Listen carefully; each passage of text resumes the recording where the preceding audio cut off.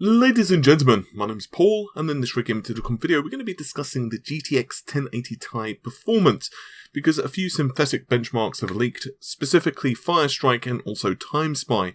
Unfortunately, we're going to have to wait regarding gaming performance. Now admittedly, these are overclocking results, so naturally they do throw off the baseline performance just a hair. Speaking of which, according to the screenshots that have popped up, these are from Chip Hell, the Ti was running at 2062 MHz on the core, with RAM at 5700. That's actually pretty damn impressive, considering that the boost of the Ti's is being reported to be around the 1860, 1880 mark. That's not too shabby. You're looking at about 200 MHz over the stock clocks. Now obviously, one of the benefits of 3D Mark when it comes to judging performance of graphics cards, especially Nvidia's range, is that the loop is pretty short. So what happens, of course, with, let's say, Pascal, typically as the card heats up, in other words, as you're playing for longer and longer and longer, the boost clocks start to go lower. So the card, at least according to these benchmarks, did not go above 63 degrees. So in short, it lends itself rather well to getting the maximum performance out of the card. Obviously, the other issue is that we only have Nvidia's reference design, so until companies like MSI and Asus and whomever else put out their versions of the card, which, will perhaps even be liquid cooled or whatever, then, the card is still probably within quite conservative limits. Regardless, the power limit was set to 122%.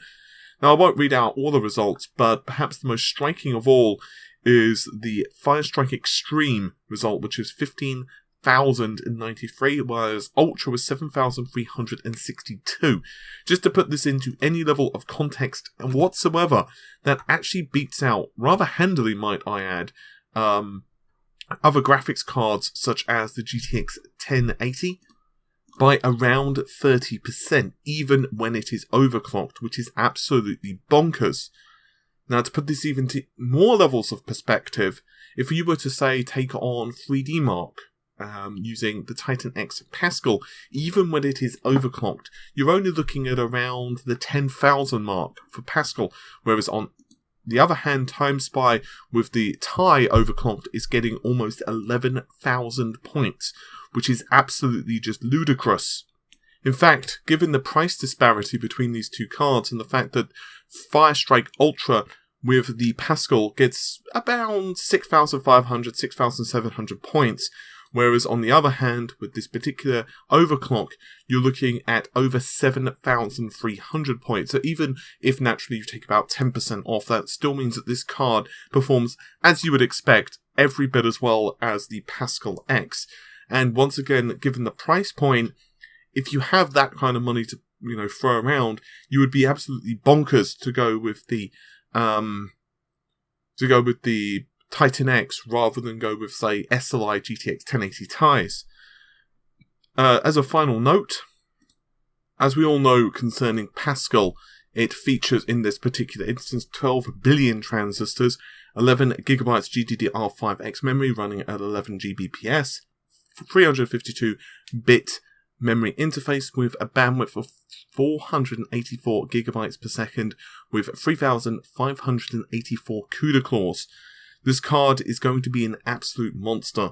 Quite frankly speaking, the reason I'm so interested in it is how AMD are going to be responding with Vega. I know I keep saying that, but it's like, we saw Vega, one of the Vega 10s, which Raja Kodori accidentally slipped out, facing off Doom, and it was about 10% faster with crappy drivers. Essentially, we know that quite a considerable percentage of AMD's driver team, at least the graphics card driver team, is now working on Vega for optimization, and with basically a no-show with the capsation event in terms of Vega. I mean, yes, a few things were announced, but nothing that was really astounding, and there was certainly no demonstrations.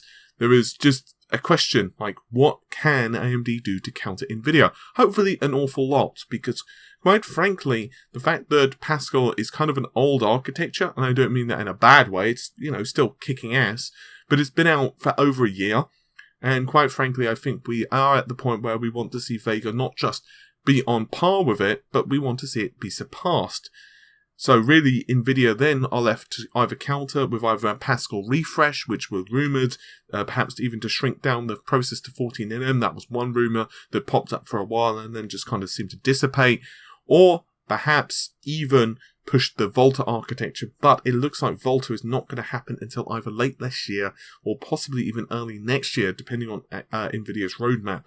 Anyway, I'll leave you to it. Hopefully you've enjoyed the video. Sorry it's been a bit shorter than regular, but yeah, I'm pretty much buggering around a lot in the back end.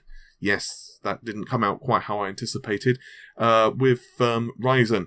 And therefore, as folks know, have been watching my videos, I am messing around an awful lot with memory timings and basically trying to figure out what the hell is going on with the system, and basically just trying out different things with BIOS configurations, different BIOS versions, and just basically seeing how the processor performs, because obviously we've only just gotten our system up and running, so I'm a little bit behind other reviewers in terms of actually figuring out how everything works and how everything performs.